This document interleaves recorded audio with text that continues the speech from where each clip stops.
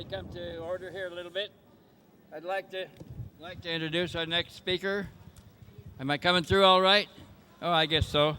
Okay, Mr. Jim Sparks, author of The Keepers. He has full conscious recall, did not require hypnotic induction or anything else to recall what happened to him as he was experiencing. So he's going to give you the benefit of his full knowledge and full conscious recall in the material and that like he used to write The Keepers, and he's working on other projects too. So if you come out, Jim. Jim Sparks.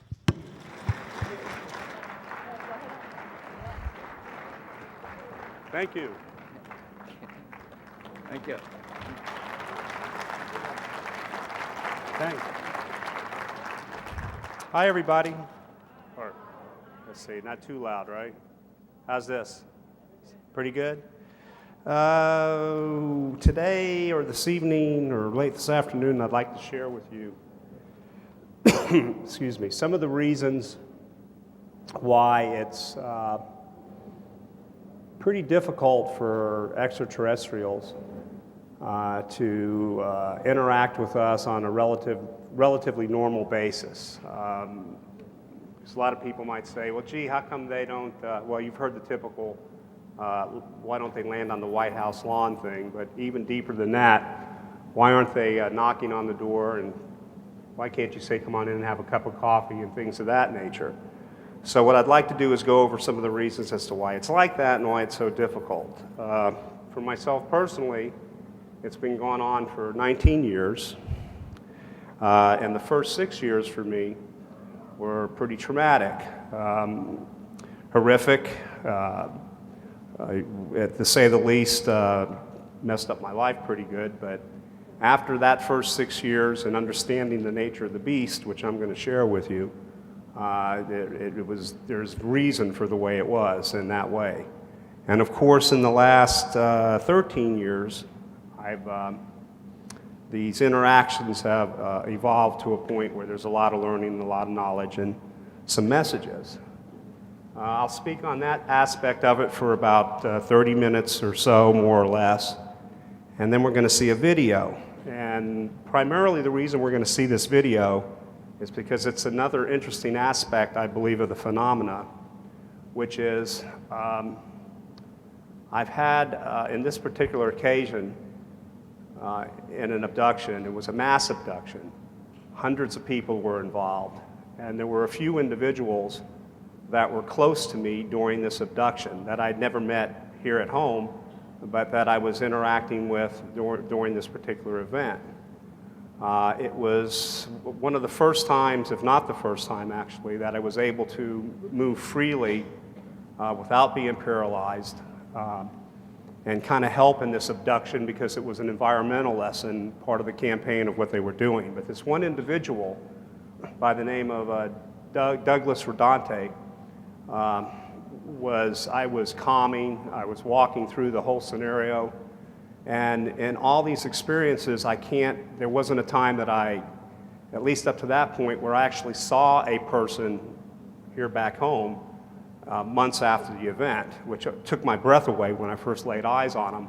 And then to watch what he had done and watch what the lessons were that he had gotten on board that day with hundreds of many others. And they've actually abducted tens of thousands and hundreds of thousands of people, millions globally, all for environmental reasons, which I'll get into, and to see what he did with what he got. Most of the memory was taken away from almost everybody that was there, except for when it was time for them to act, and all that was positive. But this particular individual stuck out, and that's what the video is going to have him narrating the video, because he had a little video production company, and also John Mack, Professor Mack, even Hopkins and Bud Hopkins and a lot of the other greats are in the thing. It's not a commercial, it's not for sale, it's sort of just a documentary. And then after that, we'll go over a little bit about what that major, what I call a major abduction was for myself and I think the planet, and what the message was. But in retrospect or respect to these non-human intelligent beings, my interactions primarily have been with commonly what are referred to as grays. I would say 95 to 98%. The other 3 to 5% would be what are commonly referred to as reptilians. They have scales, so I just know they have scales, so that's what people label them as that. But the grays in particular, thank you, it's okay. The grays in particular, for starters, why is it that it's not very nice to be around these guys? First of all, they radiate an energy. It's a miserably uncomfortable energy. It's something that you can detect even as far as 50 or 100 feet away. I believe it to be primarily natural. As one of those non-human intelligent beings gets closer and closer proximity to you, your heart starts to race, and this is without even seeing the being yet. Your breath, it becomes short and rapid. Your spine will straighten out. As they get even closer, the chemicals that are normally regulated by your brain, all at once will start dumping into your system. So all of a sudden you have all this adrenaline in your system, you have all the sense of fear, the sense of confusion, and it's not unusual as they are within a few feet of you to black out. So that in itself kind of makes it difficult for them to knock on the door and say, hey, come on in. They can scan your brain, and what I mean by that is there's no privacy. These are the things that took me 6 years to get over. This was all trauma in that 6 years, but once I started understanding these things and getting used to the way it was, and then it made it easier for me to learn and listen to basically what they were saying. But we as human beings have a natural and normal facade about us. When I first meet you or you first meet me, I'm going to tell you the things that I want to tell you, and likewise you're going to say that to me.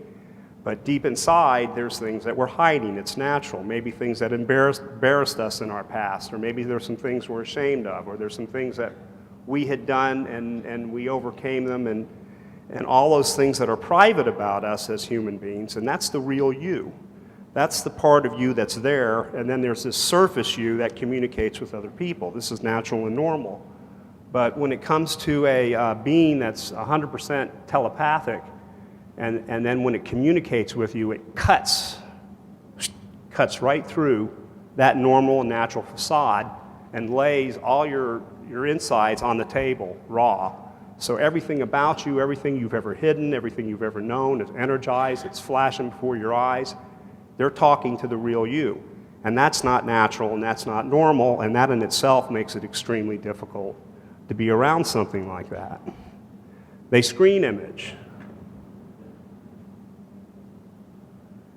meaning that they can take thoughts in their mind and transmit that thought as an image inside yours, so you can, in a sense, see what they're thinking. But at the same token, their mental capacity or abilities are such that it can, if they choose to, they can make what you're seeing seem like reality. And so I noticed during particular mass abduction scenarios that whatever it takes to keep people calm for whatever procedures that they were up to, in other words, if someone was thinking that I'm in heaven and I'm seeing God, then they're going to screen image that sort of a play for them in their mind, and so they go along with the abduction scenario without trauma. If there's other people who are scared of the devil and they think they're seeing demons, then they'll project that sort of image as if you don't cooperate, the devil's going to get you kind of thing, and it keeps them scared, and they do. So they screen image. That has taken years for me to shake off the screen imaging. Another thing that's pretty intimidating is the fact that their thought process is anywhere from 10 to 100 times faster. Intimidating meaning that you're always conscious of the fact that whatever it is you're thinking, they're thinking 10 to 100 times faster than that. So there were a lot of times where a question would almost be answered before I had the question. So I would be getting the answer before I had the question, and it's just a really odd feeling because before you can even think something or get a breath out of your mouth, there's an answer, and then you said, yeah, I was going to ask that question. So they have to slow way down to communicate. So just the things I just mentioned here, which is natural for these beings, make it very difficult for them to come on and say, hi, how you doing? Your planet's in trouble, and here's what we should do. To go even further, we got beings that can travel time. To them, it's nothing. It means it's almost boring to them. They can go anywhere in time, anytime they would like. And the technology that they use to get them to these different points in time is as simple as someone using a remote control, just a gizmo. So now you got beings that travel time. They can also travel dimensions or dimensions. That's a good one. That's a technology that's also used to go from point A to point B, which they use other dimensions in which to do it. In these other dimensions, there are things that truly do exist. You've got beings now that can be completely invisible. Again, all of this is due to technology, invisibility.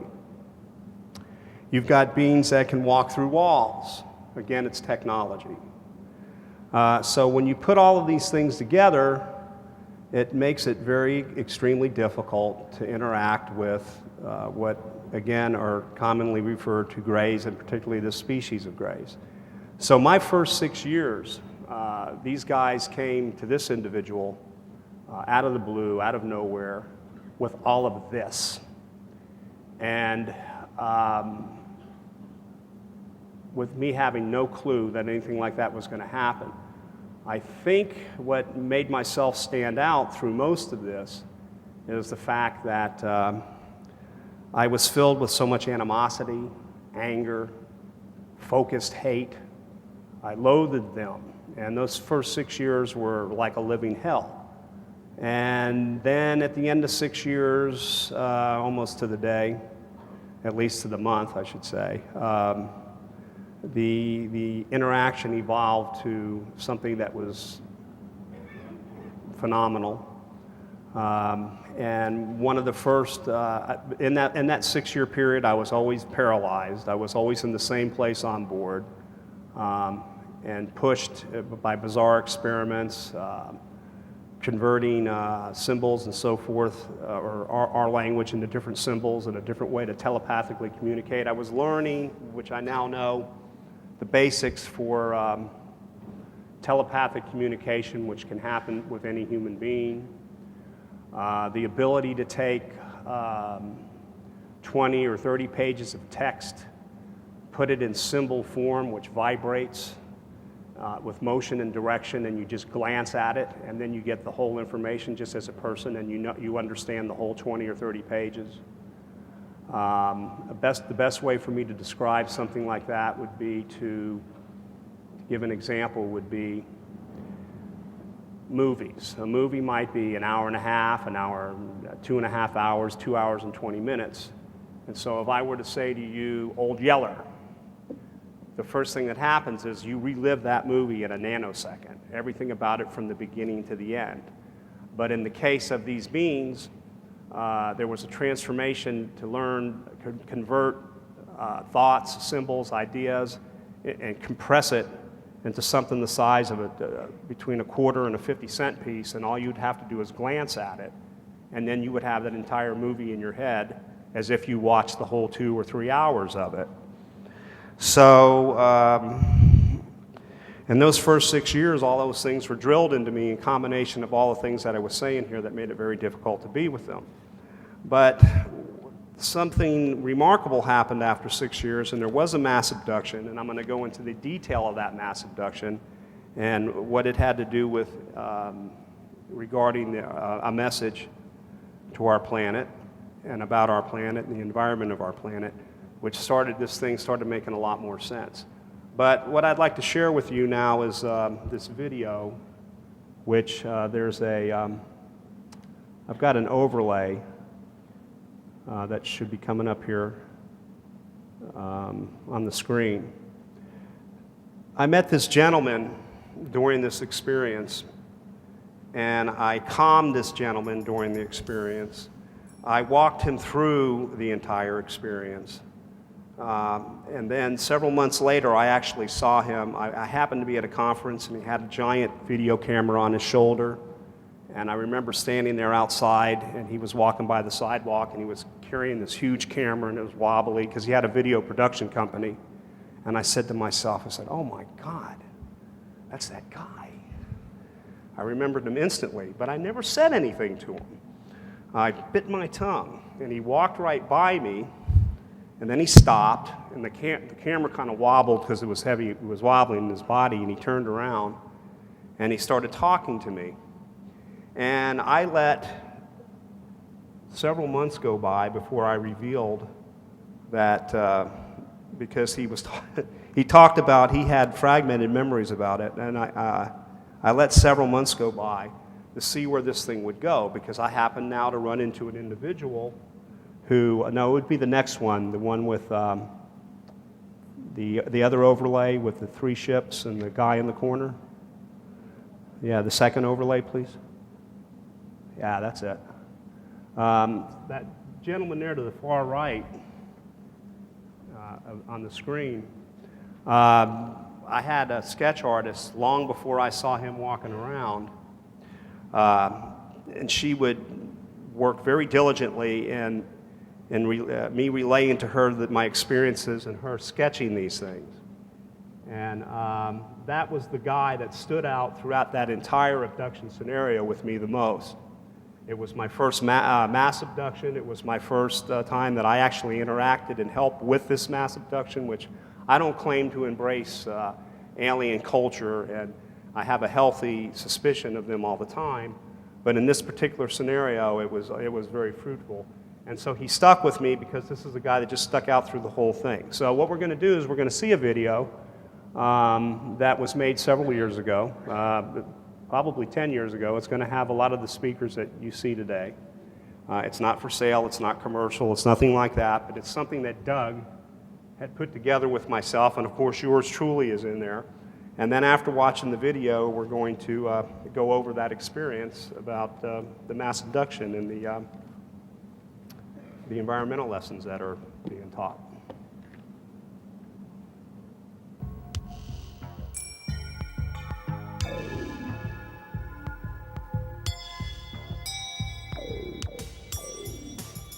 Or something like that, but the person that's the narrator in this video happens to be this person, Doug. Now, this is a person on board who got the lessons that I'm about to tell you after this is over.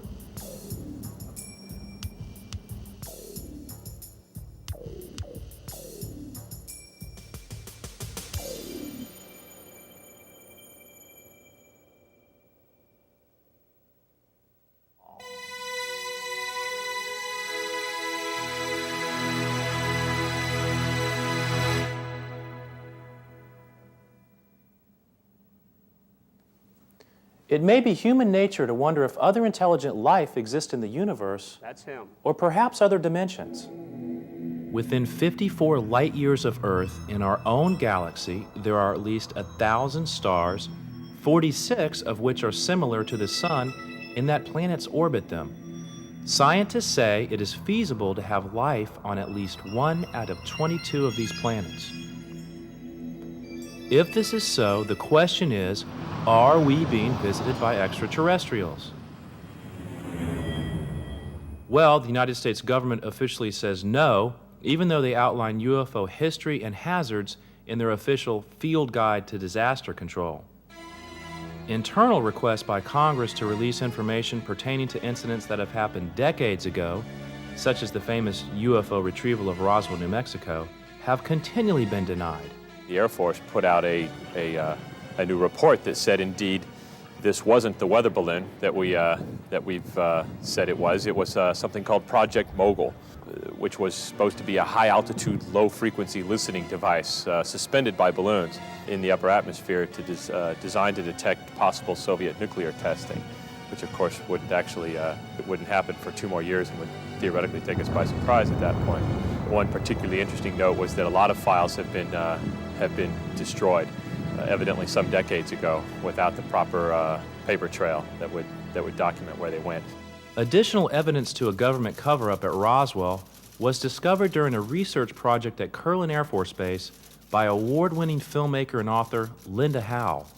Our government was retrieving what was described in this alleged government document. They were retrieving crashed discs and non-human entities, both alive and dead, prior to July of 1947 in the now famous Roswell incident. That would mean that the Truman administration already knew about discs and non-human entities before the crash between Corona and Roswell. And it may also be why that there was a leak, but they were prepared to handle the leak with the weather balloon story. The issue of the government cover-up policy, and the reason why it's so damaging, is because the government, by saying UFOs don't exist and therefore abductions don't exist, they're telling every single person who's had this experience, you didn't have this experience. The official policy is you didn't have it. You're either a liar or you're somehow mentally deranged. You didn't have this experience. That's the effect of the government policy. That's the effect of the damage that it does to human beings, because obviously that official policy then filters down to psychiatrists, school counselors, rabbis, priests, you name it, all of whom are equipped to say officially, based on what the government has said, you didn't have this experience. You had something else. You're either lying or you're mentally ill. The explanation still given to many is that these sightings are man-made objects, perhaps even military. Veteran pilot and forensic scientist David Rudd explains the results of a 7-second close encounter with a bright yellow cylindrical-shaped object traveling at an estimated speed of over 5,000 miles per hour. Would have been going down at about 5,200 miles an hour, and to go to straight and level, the delta V right there at the point where it went from a down angle to straight and level would have subjected that to about 237 Gs, which is pretty substantial for anything to go like that. Human body will black out at about 8 or 9 Gs, the standard person will. So. John Mack, MD, is professor of psychiatry at the Cambridge Hospital, Harvard Medical School, and founding director of the Center for Psychology and Social Change. Winner of the Pulitzer Prize, Dr. Mack is a groundbreaking pioneer of abduction research and is author of the recent best-selling book, Abduction: Human Encounters with Aliens. There's not a bit of evidence that any of these craft are man-made. They don't behave like aircraft or missiles that have been constructed by human beings. They don't follow the laws of gravity. They appear to be, if not extraterrestrial, at least coming into our atmosphere by some principle we don't understand, perhaps from another dimension. You put all this together, you say that if we Earthlings could build things like that in the 40s and 50s, we would no longer be building F-16s, 17s, 18s, MiG-29s, Mirage 5s. Since we are still building those aircraft, what was observed back then wasn't built here.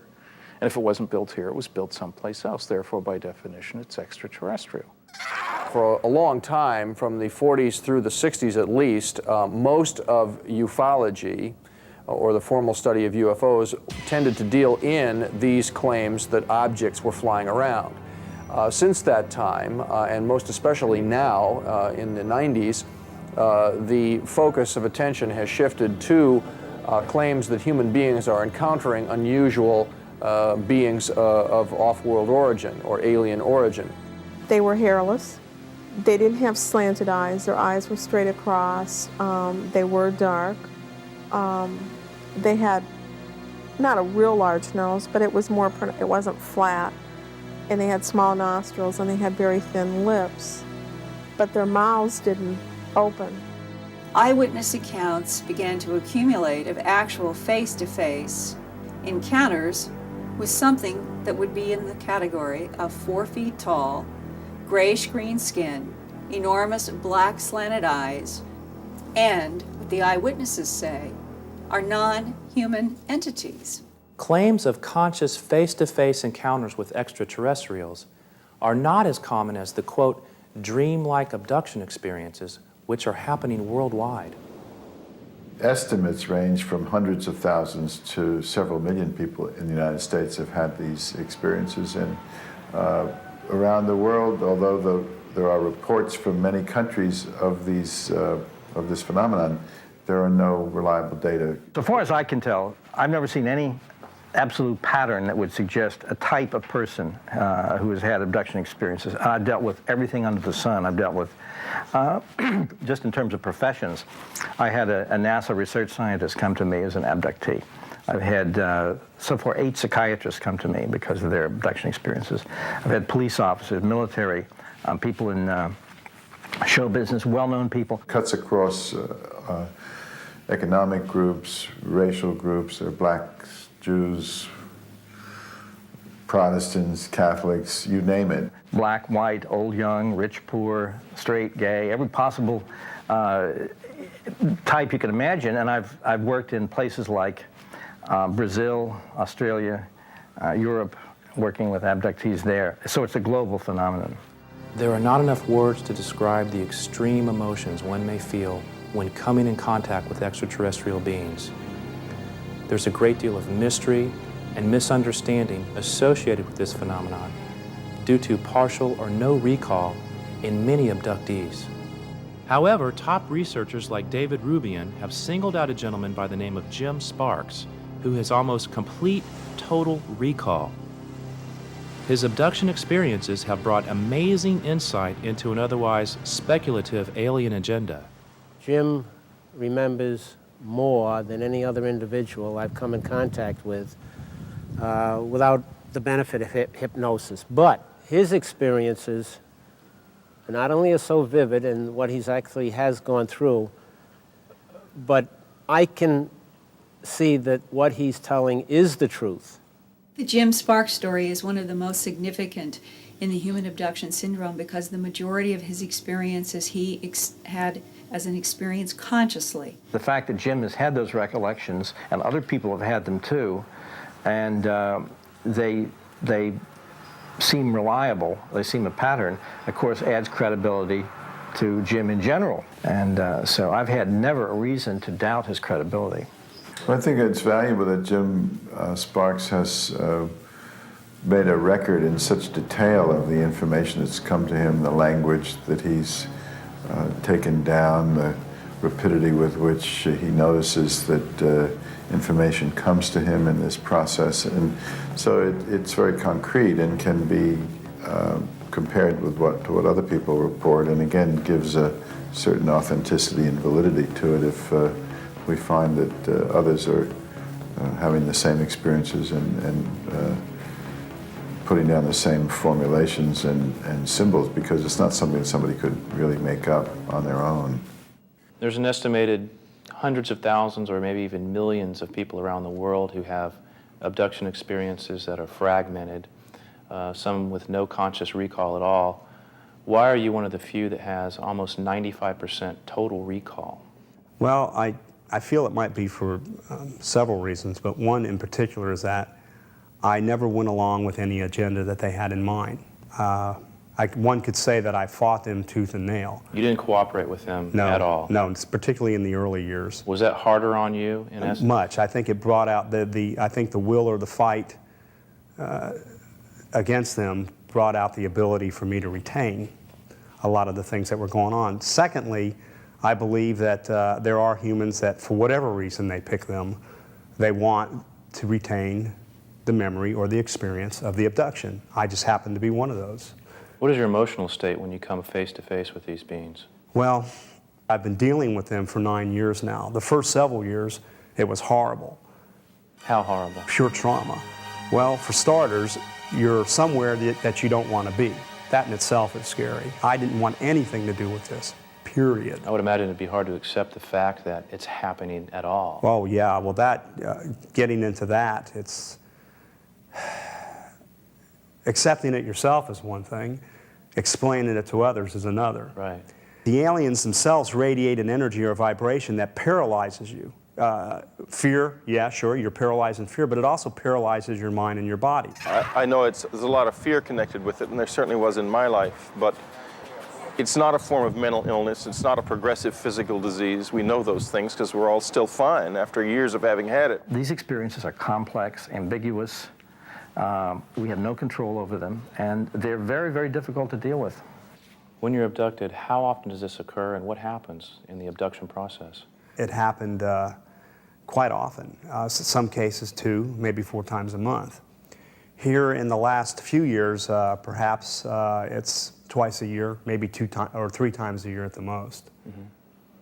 And when you get abducted, how does that take place exactly? Well, there's 2 ways in my experience that one goes.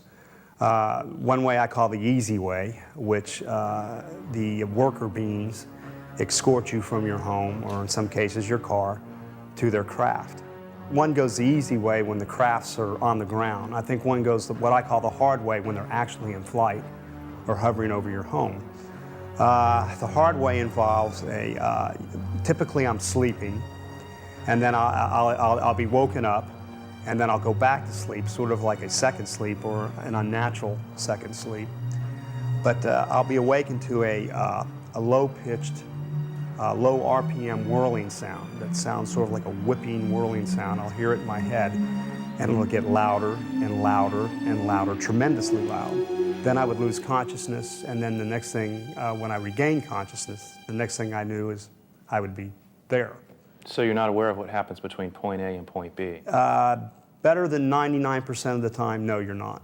Evidence suggests that through advanced technology, our current laws of physics simply do not apply. It seems extraterrestrials have the ability to create a field which, among other things, renders invisibility and even interdimensional transport, whereas time seems to be manipulated at will.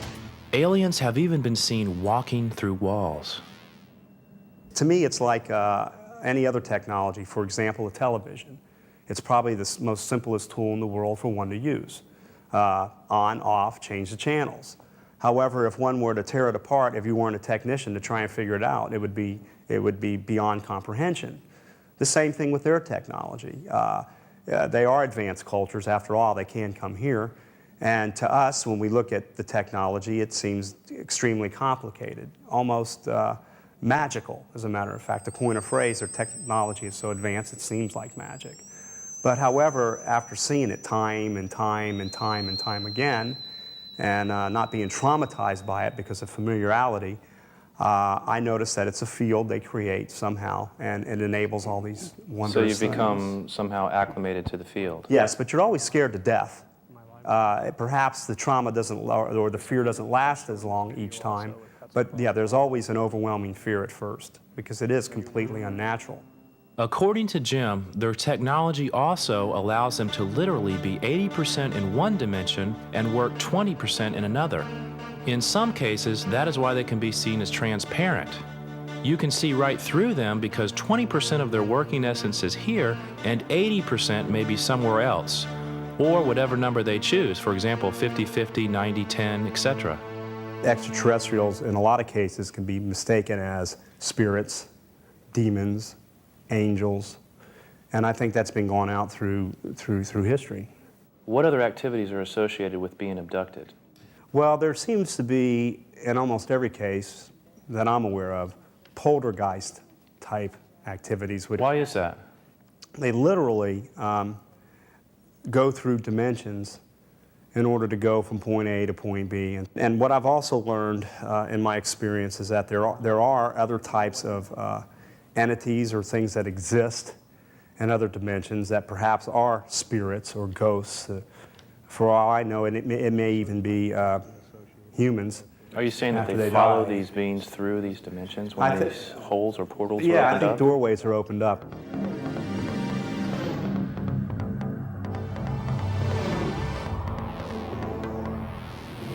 After your return, then, you hear noises. You do, or you can be and angry, or if your emotions are really strummed up, something can fall in a back room. Now, how does that tie in? I'm not sure, but I do know things like that go hand in hand during and after the use of extraterrestrial technology.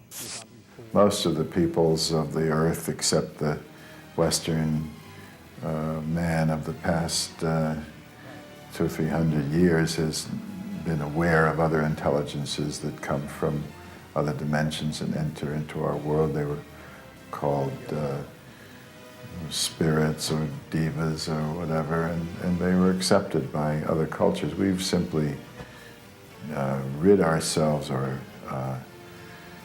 destroyed the capability of perceiving this dimension of reality.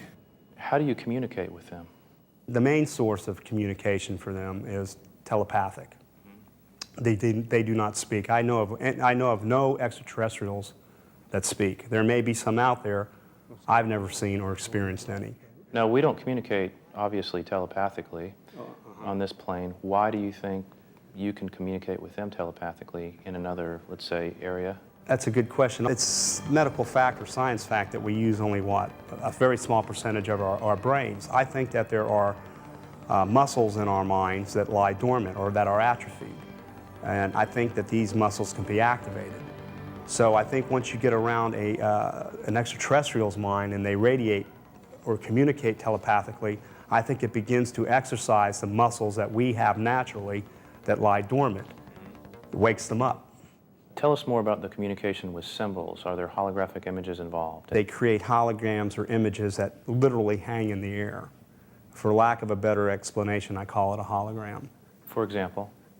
Sometimes before an abduction, not always, I would get the courtesy of a symbol just before being pulled. I like to call it pulled, abducted, to let me know what kind of abduction it would be. An example, a hologram of an owl would appear. When I would see something like that, that would tell me it's time for school. That's what would happen on that abduction. Some cases, a hologram of a medical instrument. Something like a forceps would appear, and that would tell me this abduction would include medical procedures or semen extraction. In the early years, Jim usually found himself sitting at a table in an almost completely paralyzed state.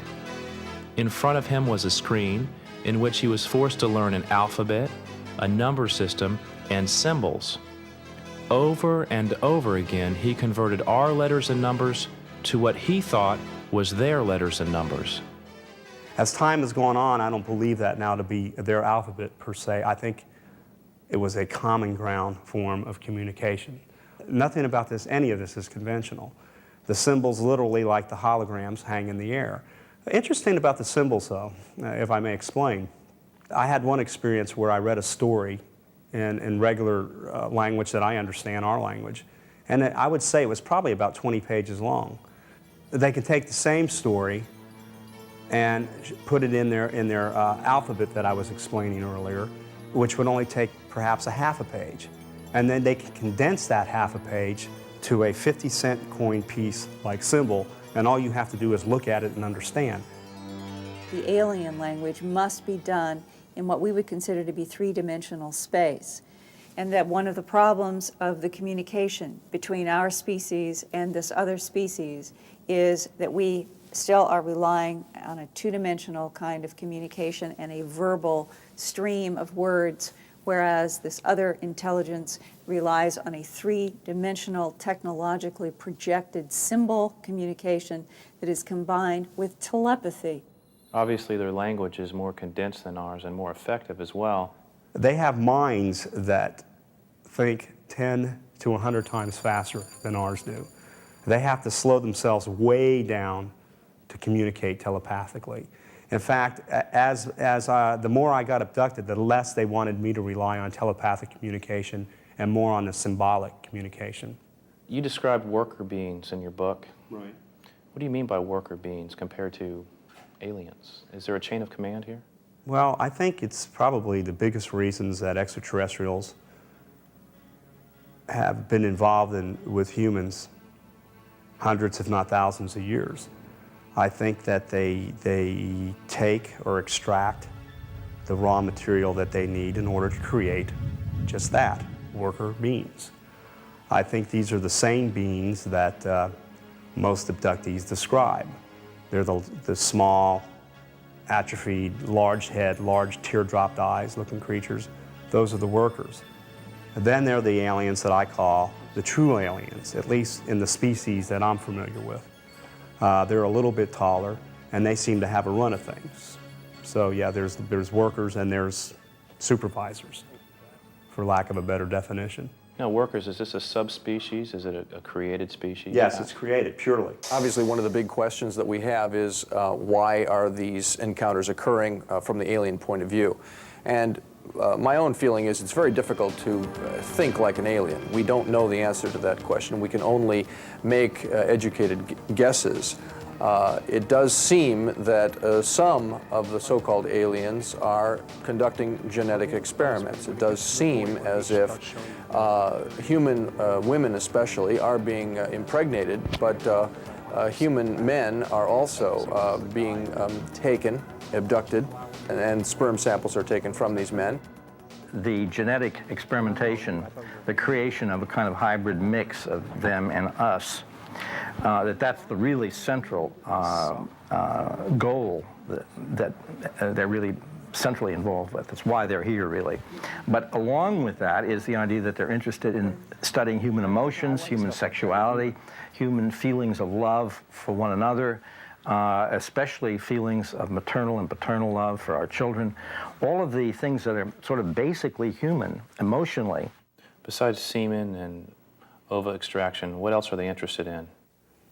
Emotions and our ability to reproduce. Do they have emotions? No. None at all? If they do, it's a higher form, or it's a form that I don't understand. The best way I could describe that would be if I was a child, an infant, and I wanted ice cream.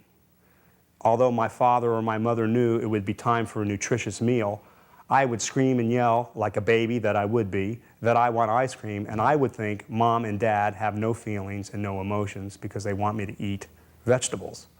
So perhaps, if you can see where I'm going with this analogy, as humans, our emotions relative to theirs, it's almost the same thing.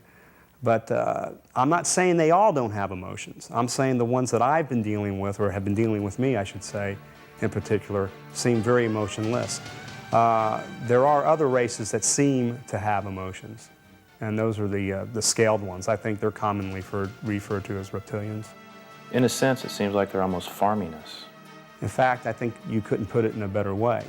I think that they have been using raw materials from human beings to make these worker beings.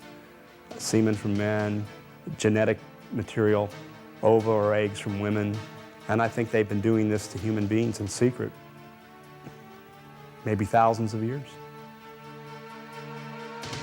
Besides raw materials for, let's say, worker beings, what other resources do they need from us, or do they steal from us in a sense? Well, I don't know if it's necessarily stealing. It's almost something like what we would do with cattle. Thank God they don't eat us. We do take care of a cow's medical need. We make sure that they have a nice pasture to graze on and so forth. Unfortunately, at the end, they end up at your grocer's freezer.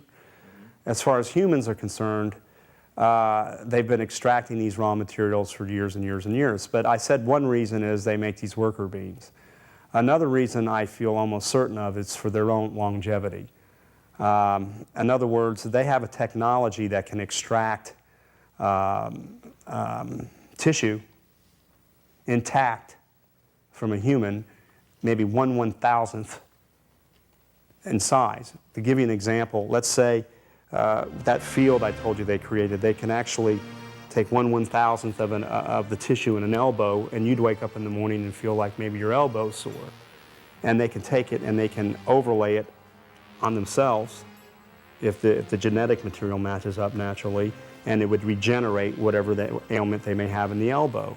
I think that they farm humans in that way. So it's more than a coincidence that we have somewhat similar body parts. I think so. And I think there's a universal rule, which is higher intelligence takes advantage of and uses lower intelligence, not unlike what we do to cattle.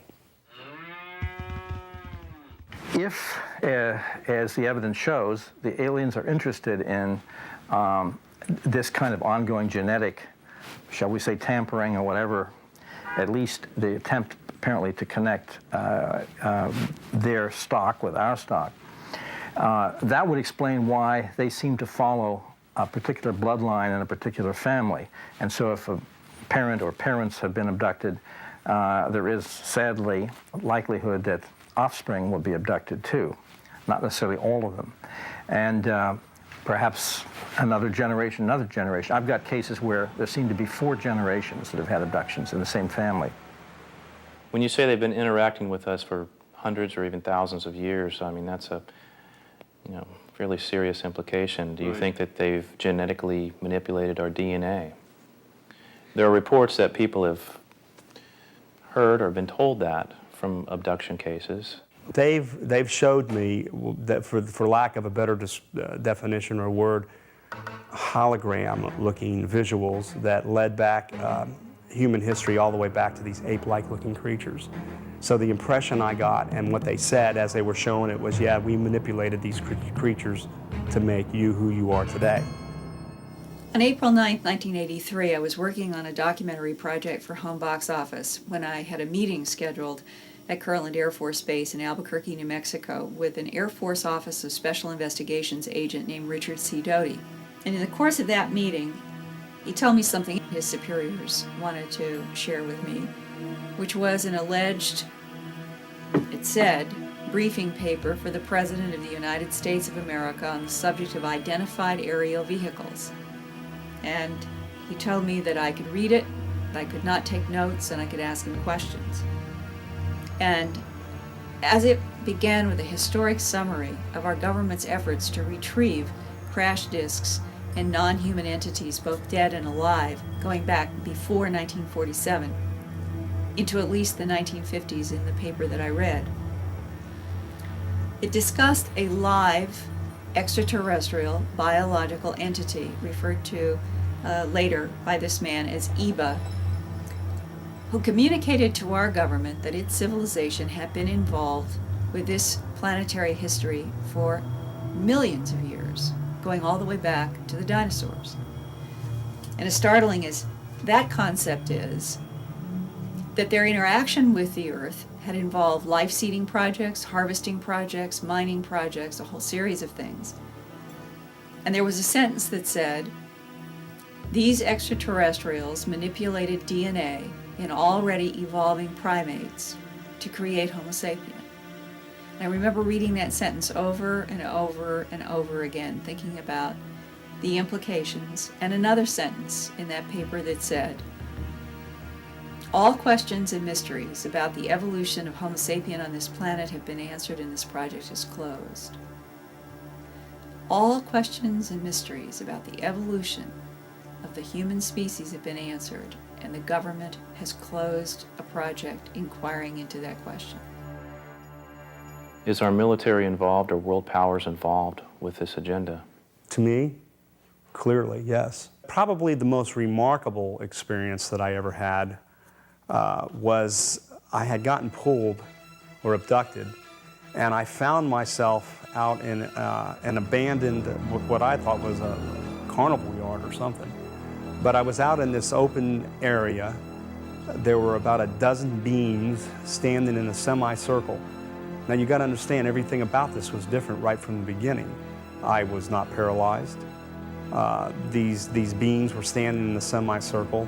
They were huge, they were large, they were bigger than anything I've ever seen. And the first words, or telepathic words out of their mouths, was that we would have just given it to you, but you wouldn't have understood that way. Meaning? Immediately I figured that to mean the knowledge of what they were up to with abductees, or at least myself. During this meeting, Jim was told that it was true that there was contact made between extraterrestrials and world powers. It was true our government was made aware of environmental problems. It was also true that, among other things, technology was given to us in order to stop using nuclear weapons. And according to them, we broke our agreements by making weapons and money out of the technology exchanged.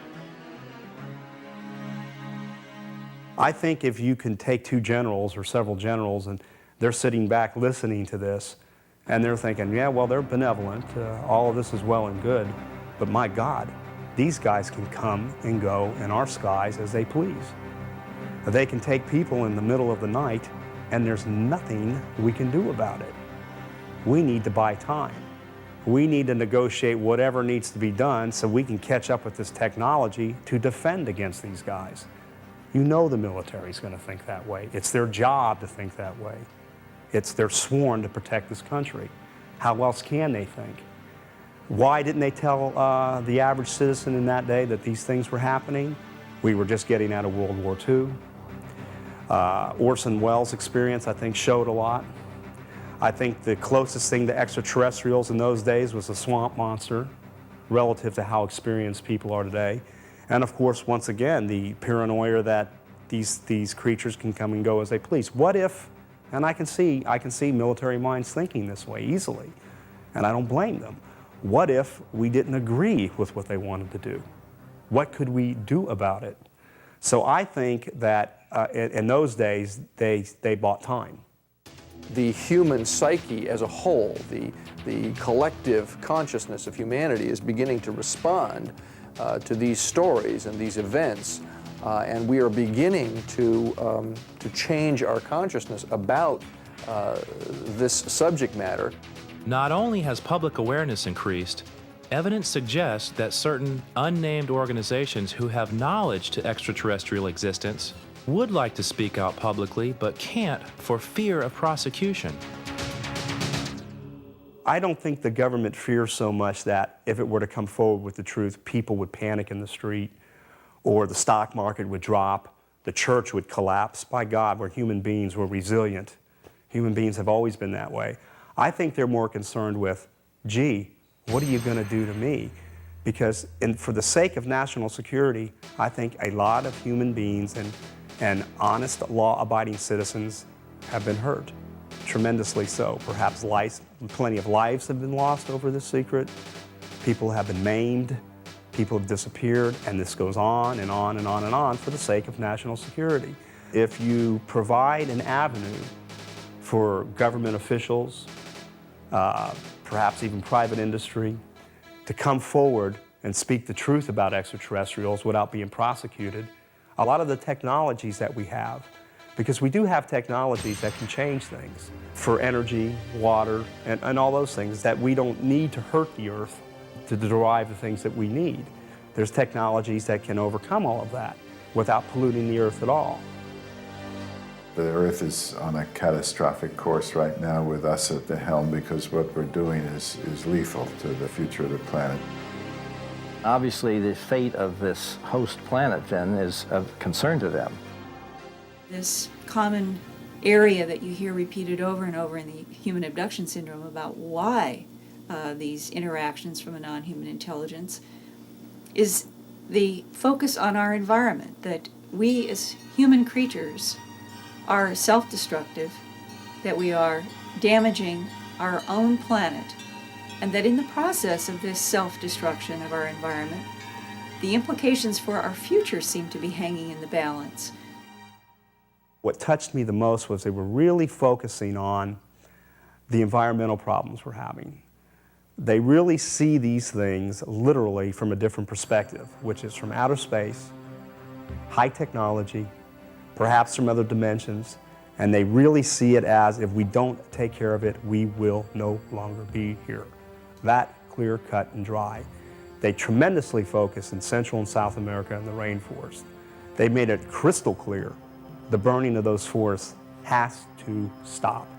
It's the heart, it's the soul, it's the lungs of the planet. It's the internal organs of Mother Earth. Sure, you can cut the hand off. We may be disabled, but we keep going. Sure, you can lose an arm. Sure, you can lose both legs. You can be just a torso and live, which I sort of feel that's what the Earth is right now, because I think she's having a tremendous time cleansing and recycling herself. But once you get to the internal organs, nothing, as we know it, will be here anymore. And we're invading that right now as we sit here, as I speak. They made that very clear to me.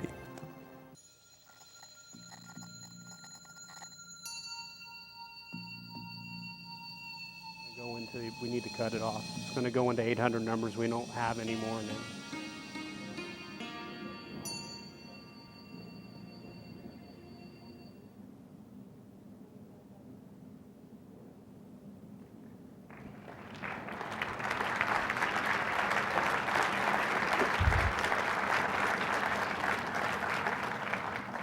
Thank you for that, by the way, and I hope you enjoyed it. But primarily, of course, that was to educate us all. However, in that gentleman, the narrator, Douglas Rodante, excuse me, I thoroughly enjoyed, and it just did my heart and my spirit joy to watch this individual create this video. That was his baby. And his interest in the subject was little to none, except that he had a little video production company at the time. And the only reason he was even out at that conference, I believe it was Tampa, was because he was being paid to do some work on the UFO thing, so it wasn't really any interest of his. But that day, when we crossed paths and I saw who it was, and I said, man, it's that guy, I bit my tongue and I kept my mouth shut for months, several months, and let this whole process take place. And watch what had taken place on board and how it affected him. And that's what I'm going to share with you now. And many others, many thousands, after 6 years of being totally paralyzed, going through all these experiments, going through all their agenda, extracting semen, being forced to learn this, being forced to learn that, and a lot of traumatic things. And I reflect back at it now, and like I say, I understand the nature of the beast, as I mentioned earlier in the lecture. There was one of the first experiences where I was actually turned loose. So instead of being, paralyzed for 6 years like I had been turned loose. I had gotten pulled, and when I regained consciousness, I found myself standing. And I was standing in a clearing in the woods that was easily the size of a football field or more. You could tell that they just instantly somehow had cleared the woods, and it was nothing but trees around us. And where I was standing, there were about 12 or 15 people below me in a pile, either totally paralyzed, partially paralyzed. Mostly they were nude. Some were in their night clothes, some were in nightgowns, a few in pajamas. So you could tell that they had just been pulled from their homes and they were sleeping and they were sort of dumped there. Standing next to me was the gentleman, Doug. What made it different for him was the fact that he was standing, he was zombified, so he wasn't 100% himself, and all he kept saying at first was, I was in my car, I was in my car. He just didn't know how he ended up where he was. Myself, at the time, I was like, oh my God, I can move. I'm not paralyzed. I'm not on board this craft in this room being subjected to all this junk. What am I supposed to be doing here? And then to my left, this is what I'm thinking, I can move, so I felt this freedom for the first time. And to my left was another pile of people, just piled up, about 12 or 15 of them. And incidentally, there was a gray next to me.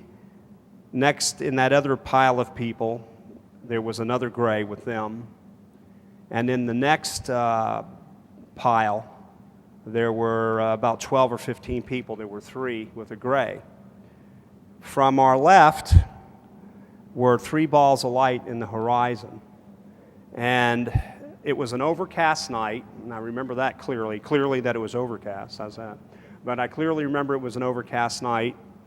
And the first ball of light just zoomed across the horizon, across the sky, and hovered above the clouds, or the overcast clouds, above myself and the people I was near. The second ball of light came across and did the same thing. And then the third ball of light came across the third group. But mine was the first where I was started to descend, and it descended through the clouds. And what I saw was another first-time event, was the exterior for the first time, the exterior of a craft or their ships. It was The bottom of it wasn't streamlined like I thought UFOs should look like. I figured it'd be some streamlined, high-tech looking thing, but it was like the bottom of it was oval shaped, kind of off oval shape.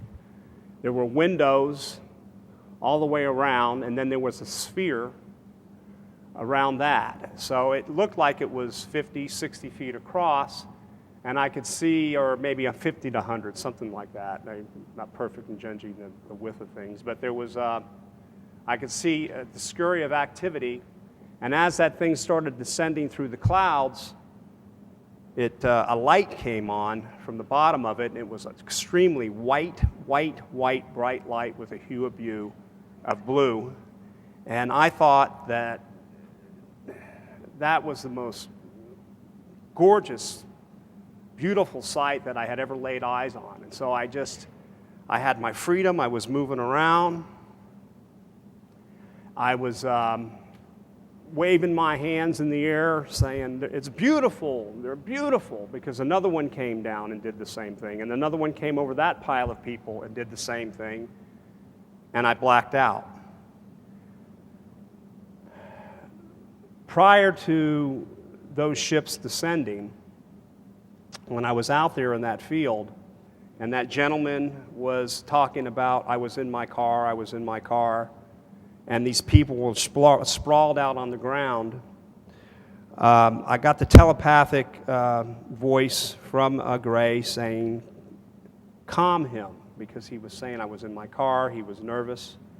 I had walked up to him and told him he was going to be okay. The nauseous feeling, the sick feeling that he was sensing or experiencing would pass. There was a girl, a blonde-haired girl. She was on the ground, and the rest of them were pretty much out of it, paralyzed, but she was sitting in the fetal position, and she was just rocking back and forth, scared to death. And I put my hand on her shoulder and, in essence, told her she would be okay. So now I'm thinking, my God, I got a job. And maybe it's like the Helsinki syndrome, where your captors are giving you some freedoms, but I wasn't going to mess it up, because I had 6 years of nothing but being paralyzed with these guys, and I was going to calm these people. That's when the ships then later, as I described, descended. The light came on. I said they're beautiful, which they were absolutely gorgeous, particularly the light.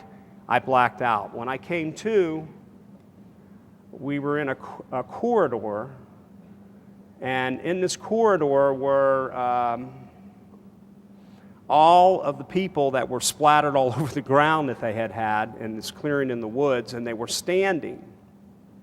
Now, you got to understand how I was at that time, because again, after 6 years of all that unadulterated hell and trauma and paralyzed, it was like everything was a new and fresh experience. And so now I'm standing there, and this guy, again, I keep pointing to that, but that's not up there, and it doesn't need to be, but the Doug gentleman was standing to my right. So that's why I had so much intimate contact with this guy, because he was constantly with me quite a bit during this scenario.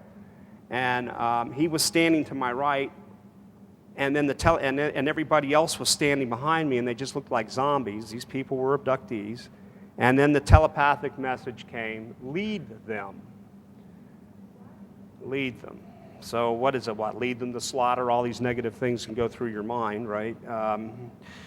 But I knew it wasn't anything that would be dangerous, and so I grabbed his hand and I put it on my forearm, and as I walked forward and took steps forward, so did the people. It opened up into this huge thing that was at least the size of a basketball gymnasium, with all kinds of activity going on up against the wall. And in this thing were nothing but rows and rows and rows and rows and rows of these little desk-like things with monitors. Something that looked like monitors. The next telepathic message was, seat them. Seat them. So I took this guy and I started walking down an aisle, one at a time. That's how I figured to do it. The rest of the crowd just stood there. And all this activity was going on at the end of this gymnasium-like room. I could see ETs. I could even see humans interacting together. For what at the time, I didn't know. And I took that individual, seated him in front of his monitor at the end of that row, and as I started walking back, I stopped and I wanted to look around. I knew that if I'd stopped to look around, they weren't going to like it, but I wanted to see more what was going on, so I started to look around, and the telepathic voice just went, no. And I looked a little more, and it just went, no, no, no. And I refused the command. Right, rebellious, first day at work. And, and guess what? I blacked out. When I came to, I found myself sitting at my monitor with everybody else sitting before theirs, so someone else had to finish the work. And, but the room was just not filled with the individuals that were on the ground where we were, but there were several, maybe 100 more in these rows. You know, you've heard this term scoop marks that they talk about with abductions. There's a scoop mark. Well, people were, I don't mean to sound scary because this thing wasn't scary at the end, but it, of course, we were hooked up, like a line was hooked up to our, either to our legs or to our arms. And I didn't understand what the line was, except I now know that it heightened sensation. It heightened your awareness because of what they were going to show us. So as I was sitting there and found myself sitting there and seeing everybody else sitting in front of these things, all the monitors all lit up at the same time. And I always describe it the same way, like as if when you go to buy a color TV and they're advertising the televisions and they have them all at the window and they're all playing the same channel. And it looked like that when the monitors lit up in this huge room thing. And the first thing that came on was there was a hum, sound like a hum, for a few seconds, and then appeared on this screen, and everybody had the same thing, was just it was the sea, and it was the ocean in pristine, perfect condition. Turquoise blue, beautiful ocean, teeming with fish. The sky was this awesome blue, and the air couldn't be any more clear. And I say we were hooked up, so it intensified your sensation of it, and it was just the most drop-dead gorgeous scene you ever seen of the planet, and it just took your breath away, and you just went, wow, it's gorgeous. Now this is the reaction that all these people are having in this room. That scene would disappeared, and then another scene came out, and it was mountains, and they were beautiful mountains, and they were snow-capped mountains, and the air was blue. There were trees, and it was just, and you knew that you were looking at scenes from maybe thousands of years ago, or even maybe just hundreds of years ago, of what the planet was like when it was in its perfection that way, and you took your breath away. Gorgeous Earth scene. That disappeared, and then you would see lakes, you would see forests, one beautiful Earth scene after the next, after the next, after the next, and everybody that was in this thing was just like mesmerized by it, in love with it. And then, slowly but surely, the scenes started to change, where the first one was a beautiful, pristine sea teeming with fish. The water was brown, ugly, and the fish were bloated, floating on the top. And you just the opposite sensation that's a natural because you're hooked up to this thing, whatever it was, making these sensations, was, oh God, I don't want to see that. And then the next scene showed the mountains, and then the acid rain or eating the top of the trees, and the air was polluted, and it just got dirtier and uglier and dirtier and uglier. And then this telepathic message that came across for every brain to hear at the same time was, you're killing your planet is dying. And then the next scene, you're killing your planet is dying. You're killing your planet is dying. You're killing your planet is dying. Horrific. I did not want to hear it. I did not want to see it. I didn't want anything to do with it. I kept studying myself personally, the bottom left of that monitor, because I saw symbols down there because I didn't want to look at what I was looking at. It was horrible to me. And I thought I could read the little symbols down there. and the big N-O came across the screen with the telepathic message, no. The one-word commands. But I kept looking at that because I didn't want to see that part, that reality, and then I blacked out. When I came to, all of this was over, and we were in something that reminded me of a, skipping through a little because I want to get to questions and answers, what came through to what was like a gymnasium area, and everybody was rocking and moaning and groaning, and they had pulled us together in a thing it smelled like body odor, like a locker room. People were still naked, half naked, whatever it was they were. And they had pulled out what we were attached to, which I believe a lot of that is what the scoop mark thing is when they see that on abductees. So they're hooked up to something in order to intensify whatever message that these guys are delivering, at least in my perspective and in my experience. And I think their clothes, our clothes, whatever were left of any clothes, because they were naked, you would think they would have them neatly folded and everything, like, okay, everybody put your clothes on. And so, but people were moaning and groaning, they were in pain and they were hurting, and then the telepathic message to me was, calm them. And so I was going to different individuals, and then again I came to that guy, and he stood out the most, and he was complaining the most.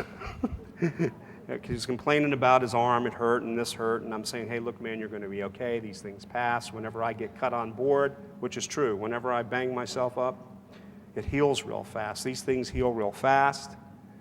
And then I think something on a funny note, which was pretty funny, which was the telepathic word, like a telepathic PA for everybody in there. No one leaves until, no one gets to go until you find your clothes and put them on. So all these people, and some of this stuff is funny, you know. So all these people complaining, moaning, and groaning now are scurrying all over the place, all active. They got everything back, looking for their clothes, and it was over. The experience was done. God knows how many tens of thousands or hundreds of thousands or millions of people were pulled. I knew that it had affected me. I formed a foundation at the time called Your Earth. It still exists. I don't want any contributions to it or anything. I know it's for a time. It is to save the rainforest. As in that video, the thing with the reptilians were telling us, shared with me about creating or helped to create an amnesty bill. So those officials who really know what's going on, who've been doing terrible things to people to keep this stuff secret, like killing, maiming, and discrediting and all that stuff, so they can come forward and let's get all this mess out of the way. But I am starting to see more positive things about our concern with the environment, with us accepting the fact that, gee, the earth is warming up, okay? And we're taking that on an official stand. I'm seeing more positive things. And then it was just, it done my soul such good to see one individual, just one of the many tens of thousands, not hundreds, and who knows how many might be in this room right now that have been part of that mass abduction, do their part for the environment. So at this point, I think there's a few minutes for any questions that you might have.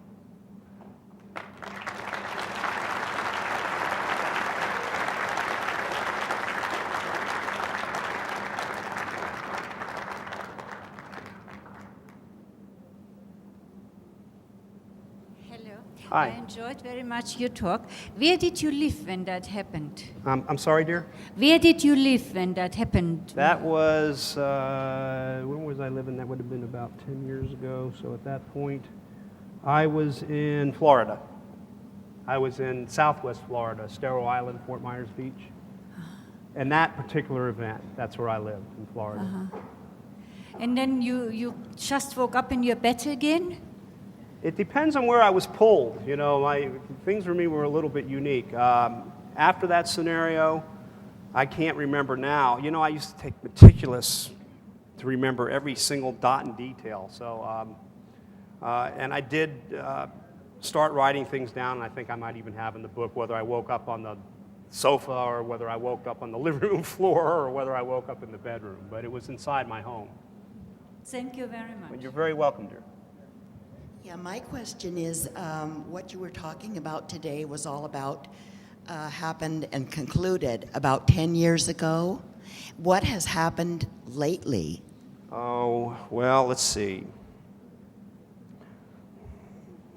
To not take several hours. It's the interaction with the extraterrestrials, particularly the Greys, has evolved.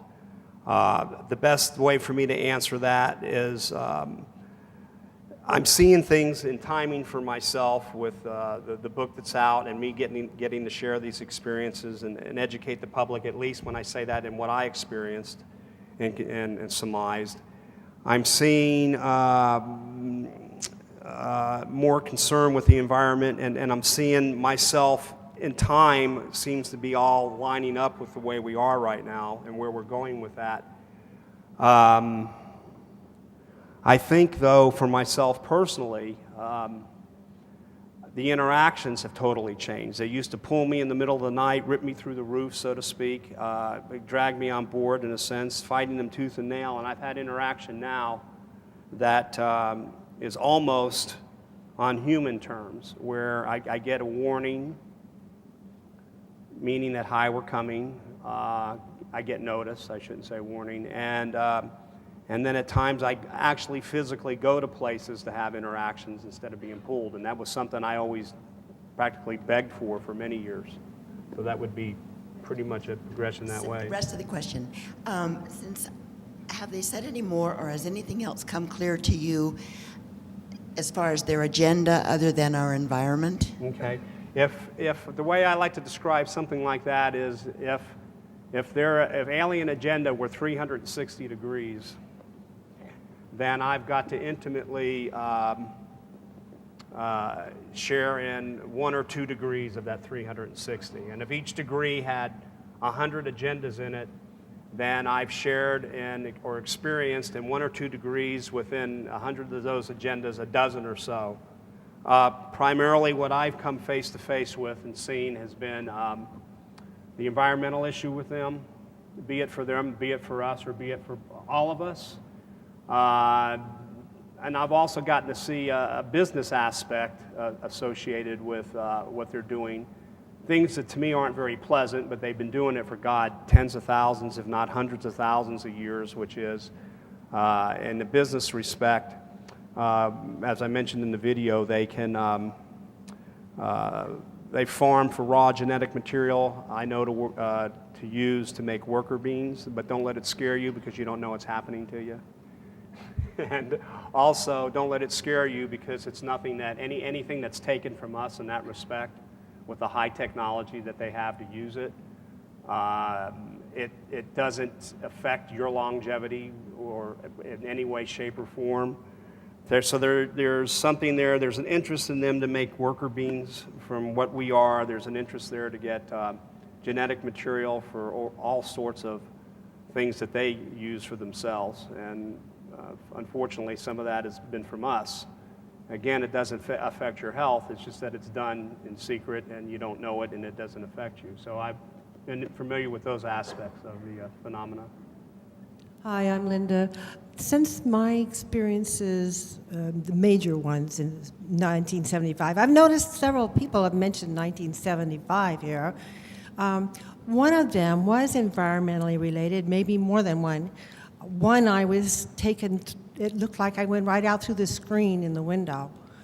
I just got closer and closer to the screen until I went through a square. Mm-hmm. And then I was taken to see a scene of smokestacks, oil, things like that.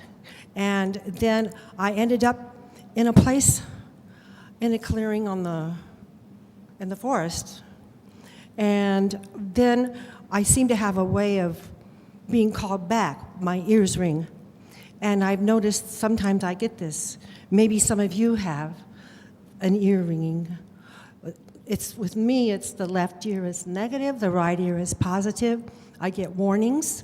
So like a ringing sound for a warning that you're going to be abducted? When it first started, I was driving down the Santa Ana freeway, and it went off in my head, and I jumped. I almost hit my head on the ceiling of my car. And then since that time, I've refined it down as like binary, you know?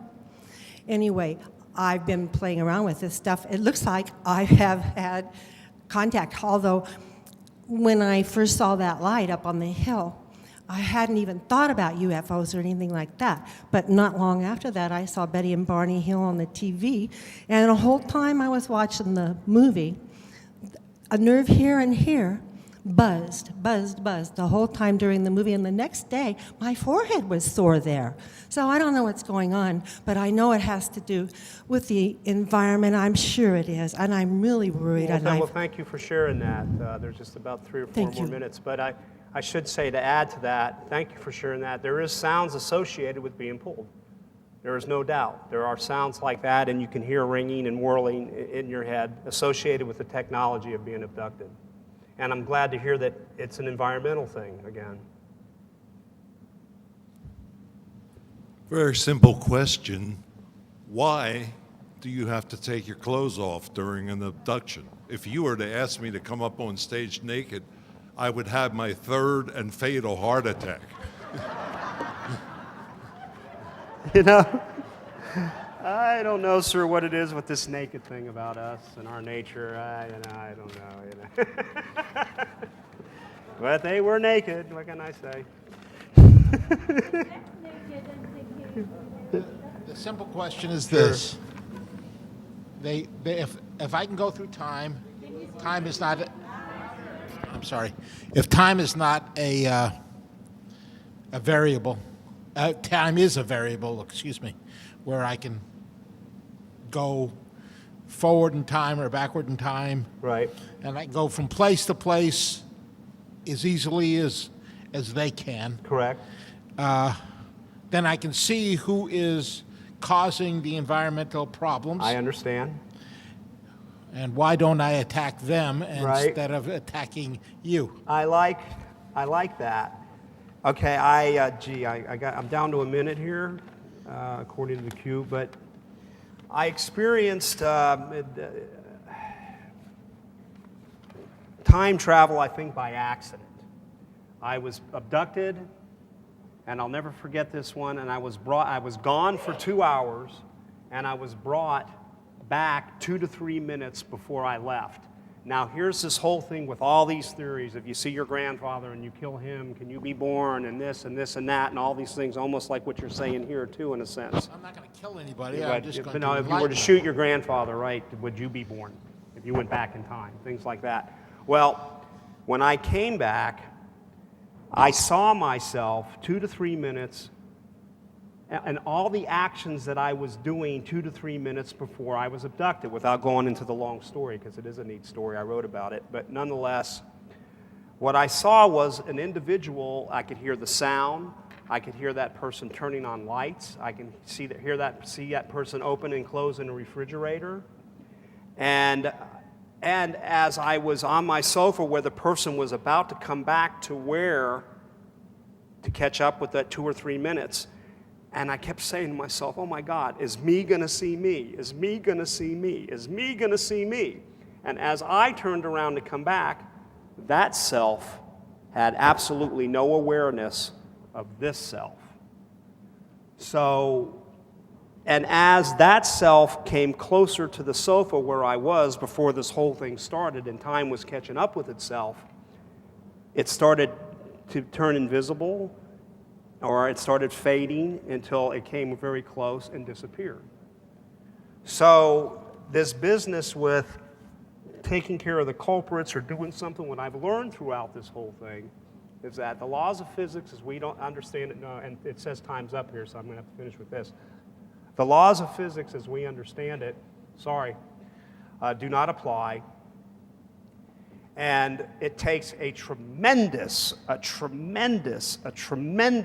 of energy to make the smallest change when you travel time. It's the opposite of this butterfly effect from what I'm seeing. Anyway, folks, I'm going to be in the lobby area. I got books there. If you'd like to, I'll be signing books there. That would be kind of neat. And I apologize for not having more time to answer any more questions, but I'll be happy to do that over there. And I want to thank you for giving me the opportunity and others like me to present this material to you.